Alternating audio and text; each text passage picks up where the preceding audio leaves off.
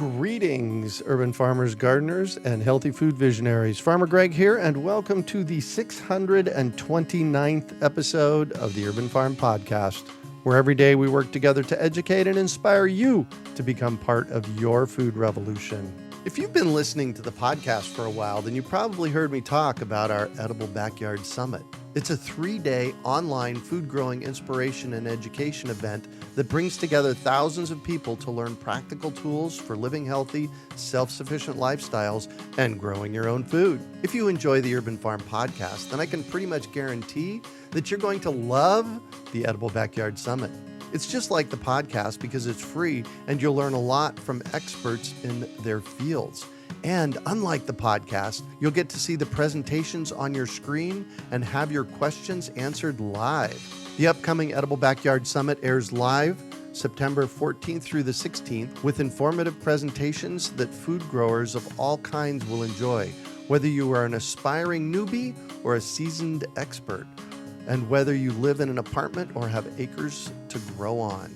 And for this upcoming summit, we're going to do something a little bit different and special. The September 2021 Edible Backyard Summit is best of themed, meaning that we're going to be showing listener favorite presentations from the last 2 years.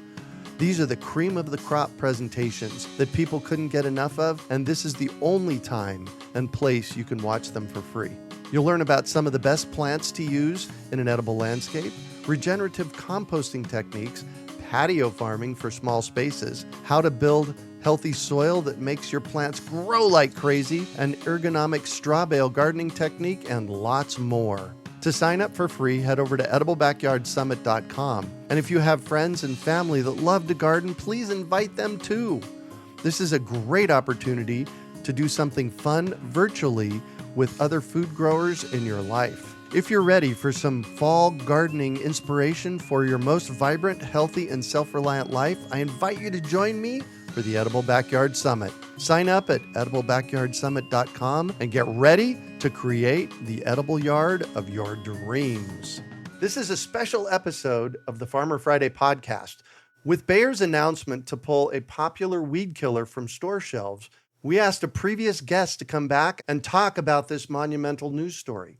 To understand more, we're talking with returning guest Jeffrey Smith about the wrap-up of Roundup. Welcome, Jeffrey. Thanks for coming back and talking with me about this. It's a great occasion to do so. Happy to. Yeah, very good. So, there's 1,000 things that went through my head when this happened. First thing was, oh my gosh, did this really just happen? And I got chills all the way down to my toes. And then my second thought was, oh my gosh, I wonder what Jeffrey would say. So I'm going to turn the mic over to you. And what does Jeffrey say about this? All right. So let's first of all give everyone the context. There's been lawsuits going on against Bayer, which bought Monsanto, for people with non-Hodgkin lymphoma who claim that Roundup caused their disease. They've already lost 3 trials. A 4th trial is actually started already. It's underway. The other 3 trials, there's been a big gap between those 3 trials and this current one, but the juries awarded huge sums, particularly because of punitive damages.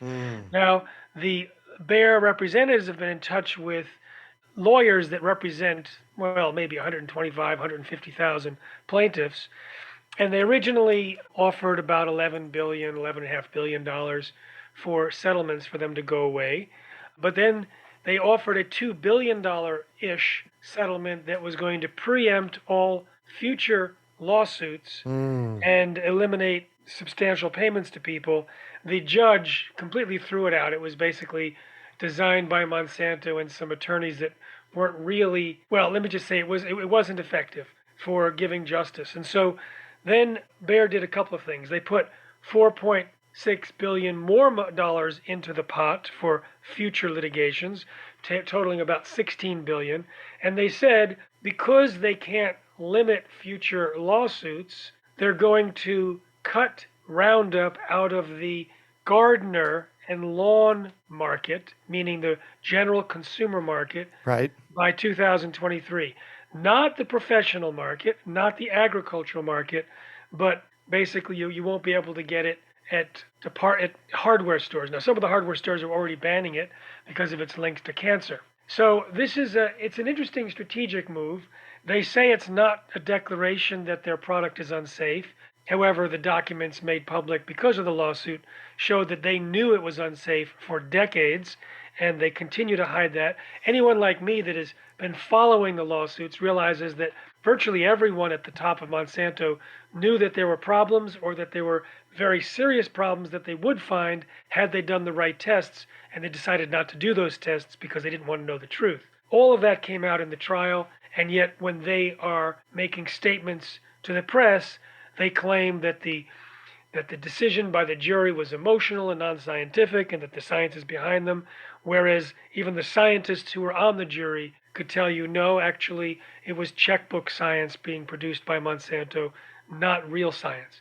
Anyway, so what they're doing is they're pulling Roundup off the market, claiming it's just to protect against lawsuits, and they're only pulling it in the United States and only to the homeowner market. So that's the situation as it stands, and we can go into more details as to what the real reasons are and what the strategy should be and what the impacts will be. Wow. Well, what my experience with the homeowner market is that they're less trained and they might abuse it more. Could that be the case? Well, first of all, there's a lot of incriminating evidence about Monsanto's disregard for the safety of the homeowners. In their own studies, they determined that using Roundup required for safety gloves, proper gear, boots, not quite full hazmat, but goggles, etc. So they actually had internal memos saying to their own people that they needed to wear these things when handling Roundup. But the advertisements for the general public showed people in tank tops and shorts. Oh my gosh. With kids running around, maybe even barefoot, I don't know. But it was completely egregious, where on their own they were telling people, make sure it's protected, wear this, this, and this. And in their advertisements, it was basically saying, you don't have to worry at all. The concentrations used for the home market is pretty high. You're going to end up with more likelihood of plaintiffs from people who are homeowners, possibly.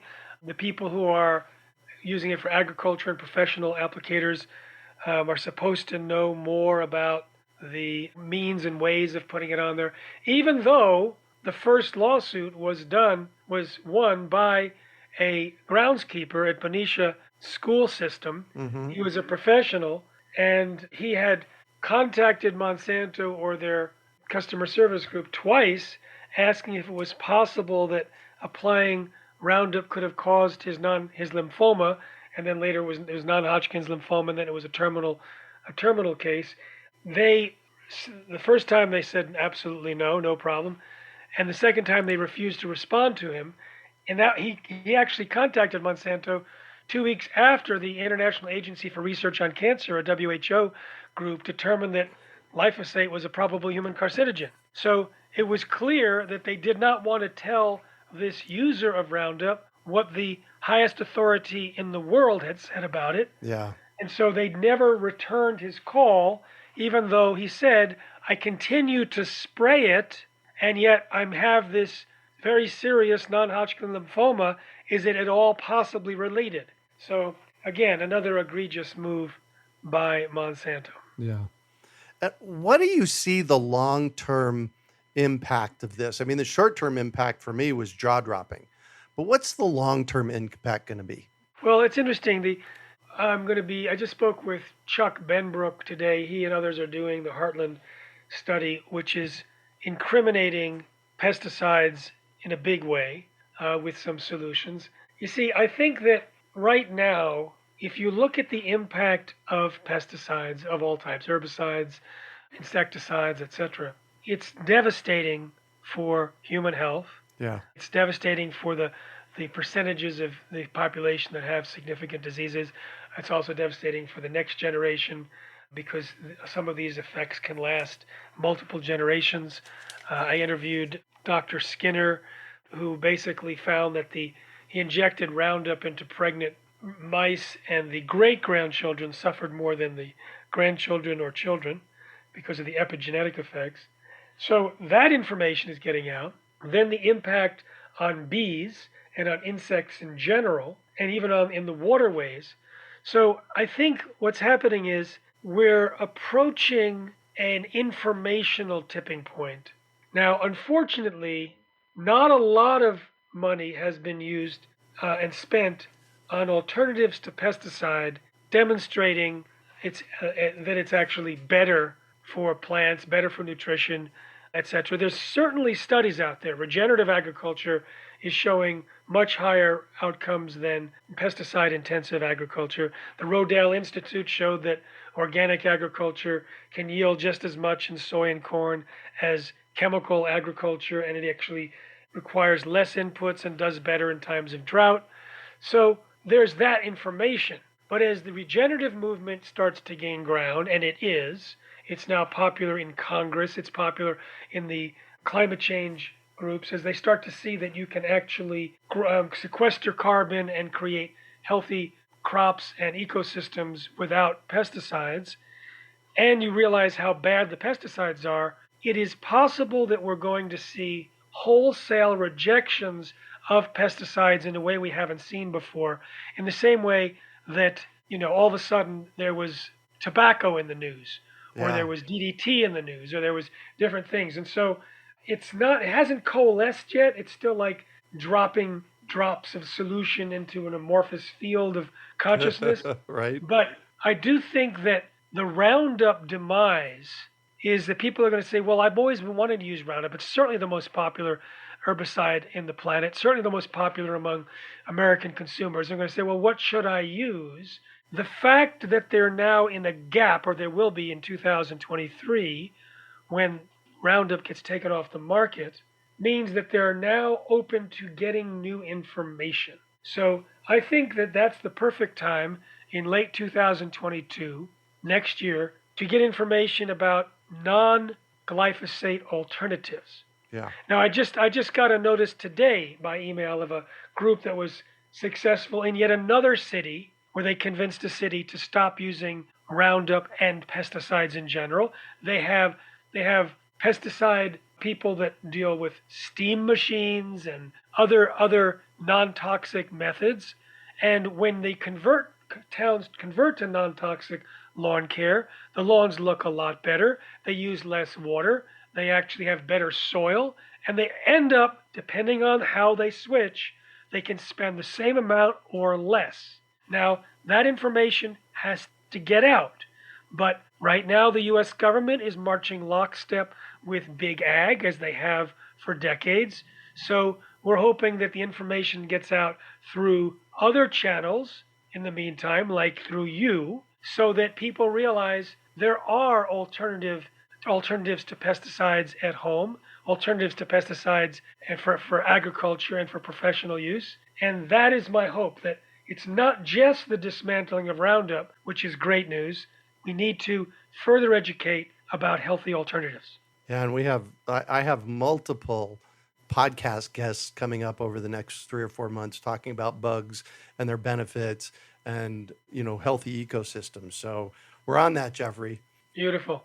So my appeal then is that it's possible if you could create some sort of campaign to awaken American gardeners and those that have lawns to alternatives, and ask for people to commit to participate in that campaign by posting the alternatives along with whatever harms they are discovered. So as pesticides are linked to hormonal problems and this thing and that thing and cancer, that there's alternatives always inserted in the same social posts, and that people can be referred back to your campaign and back, because you're a big thinker, you're a huge thinker. And so I would say, let's recruit large numbers of people to be on board, and let's hit the tipping point so that it becomes a popular thing and then an obvious thing not to use these chemicals around your family, around your life, on your home at all. Yeah. And Janice, are you listening? That's a huge what if there. So let's get on it. Beautiful. So you've mentioned some diseases that are connected with Roundup and other pesticides, herbicides. Can you tell us a little bit about those? Sure. Well, I'm more familiar with Roundup since my main focus has been on GMOs, and most GMOs are Roundup ready. Uh-huh. You spray Roundup on the crops and they don't die. And by the way, Roundup is also sprayed on other non-GMO crops Mm. just before harvest. They do kill the crops. They dry them down first, causing rapid ripening of grains, for example. So it's sprayed on oats and wheat and the legumes and beans and things like that. So in terms of Roundup, Roundup is so damaging to the foundations of our health. It can block the absorption or use of minerals. It can cause leaky gut. It can damage the microbiome, the mitochondria, cause DNA mutations, lead to cancer. It's got so many things that it damages, the neurotransmitters, the hormones, etc., the intercellular communication, that virtually all of the major diseases are on the rise in parallel with the use of Roundup on GMOs in the United States. So that's, we surveyed 3,256 people who got better from various conditions when they switched to non-GMO and largely organic, and thus avoiding eating Roundup and some other of these toxins.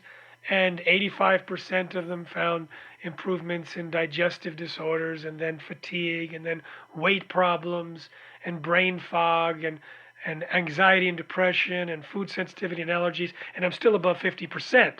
And then there was about 19 other conditions, from infertility and autism down to Parkinson's and diabetes and skin conditions. It goes on and on. But these are not just random. We've actually looked at each one of these and linked it to epidemiological evidence, to plausible causative pathways, to animal feeding studies, to the impacts of changing diets, not only in humans, but in pets and livestock. And it's a consistent picture. So we say, go organic and take notes. So switch to organic, but create a little diary. What percentage of your food is organic that day? What's your energy level? What's your mood? And every single symptom that you have on a 1 to 10 basis, put it in a little spreadsheet. Next day, same thing, percentage organic. What happens is people will realize, and it'll be a shock, how much the diet is causing diseases. We think GMOs and Roundup are the primary. This is made clear in our film Secret Ingredients, which is available at secretingredientsmovie.com, where people switched to an organic diet, and infertile couples had kids. Children are no longer on the spectrum. People lost their brain fog and skin conditions and dietary problems, all this stuff. Wow. So it's a very convincing film. In fact, virtually everyone who sees Secret Ingredients changes their diet or commits to be more organic than ever before. So I think it's a dramatic change, and that also is something we want people to post on their social. Certainly share Secret Ingredients with others, but post your own results when switching to organic, so that inspire others and save lives. Wow. I want to circle back around to something you said just a couple of minutes ago, and that's that glyphosate and Roundup is sprayed on crops to kill them? Well, it's sprayed on them as a ripening agent, so it desiccates it. So it dries them out. So when you dry them out, then they don't get moldy when they're stored. They force the ripening of the grains. And so in short growing seasons, like in Canada, they'll use Roundup 3 to 5 days before harvest on wheat, or maybe oats also, so that it forces it. Because, it's dying, give all the energy to the kids. And so the seeds or the grain ends up developing very quickly. At the same time, that same spray kills the weeds for next year, which is called staging.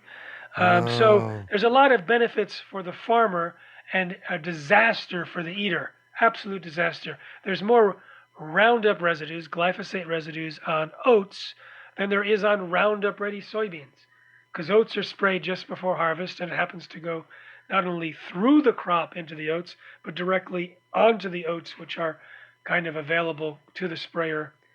But also mung beans. You don't want to eat hummus unless it's organic, because chickpeas are sprayed.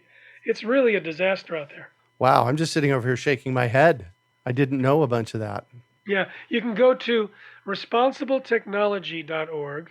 There you can access our glyphosate residue report.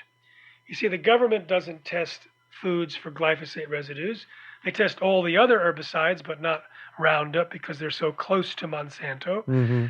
But many organizations, including our Institute for Responsible Technology, have done tests. So what we did is we compiled everyone's tests into our report. It's a searchable list. It's a printable list. You can do it in alphabetical order. It has pure ingredients like actual fruits, vegetables, and grains, as well as finished products by brand. So that way, if you can't eat organic, you can at least avoid the categories of foods that you'll know from that list have high levels of Roundup sprayed on them and still in the food when it's eaten. You also want to avoid the GMOs. You can find the list of GMOs at responsibletechnology.org. So if you can't eat organic, at least avoid GMOs and the heavy glyphosate users. Yeah. Wow. All right. That's responsibletechnology.org.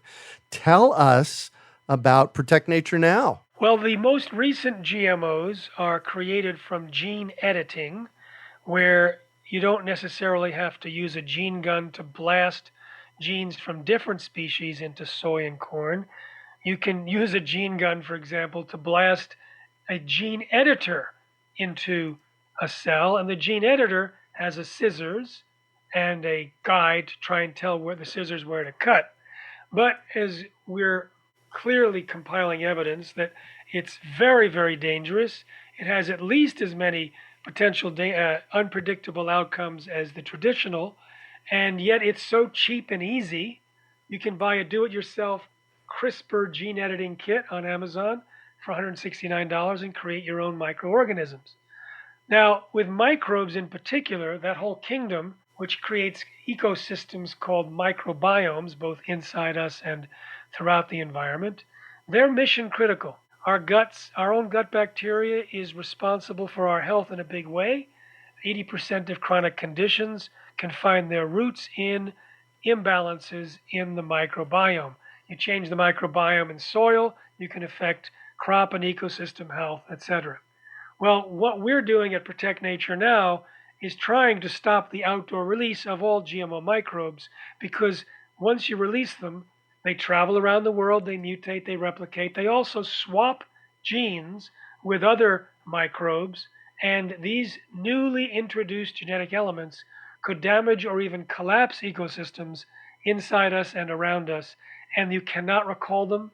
It can be permanent or long-term damage, and we could be destroying the nature of nature. So this is at a time now where we've just been through a pandemic. We're also seeking an end to what's called gain-of-function research, where you enhance pathogens so that they could create pandemics if they escaped. They are doing this in order to study pandemic pathogens, but we think it's too dangerous, as do most reasonable and responsible scientists and politicians. Right. So we're trying to stop gain-of-function research and all outdoor release of GMO microbes. You can go to protectnaturenow.com, watch my latest film. It's only 16 minutes. It's free online. Don't let the gene out of the bottle. And it describes how a nearly released microbe of several years ago could have theoretically ended terrestrial plant life. That means a cataclysm, destroying above ground plants throughout the planet. Another one that was almost released could have theoretically altered weather patterns. When we talk about a avian flu, that if that had been released after being genetically engineered, it could have decimated the human population. These are real world examples, and we have a real world practical solution also at Protect Nature Now. Awesome. And if somebody wants to know more about everything you just talked about, you have a podcast. Yes, at livehealthybewell.com. You can link to some solutions there, our secret ingredients movie, our 90-day lifestyle upgrade, healing from GMOs and Roundup, and my podcast, all at livehealthybewell.com. Excellent. Thank you so much for joining us on the show today, Jeffrey. And thank you for allowing me to speak about the good news that we were all, through our getting information out about, we can pat ourselves on the back for this Yes. first of many stages of removing Roundup from the marketplace. Amen to that. You can Amen. also find show notes from today's podcast at urbanfarm.org/Roundup wrap up. And if you would like to hear more from Jeffrey, you can find him on our 590th podcast at urbanfarm.org/protect nature now. We hope you enjoyed today's episode of the Urban Farm Podcast. Remember to listen for tips, advice, and resources to help you on your journey with urban farming. You can find us on the web at urbanfarm.org or send us an email to podcast@urbanfarm.org. In the words of Vincent van Gogh, great things are done by a series of small things brought together. Be encouraged that with each lesson learned and skill developed, you are one step closer in the direction of your dreams.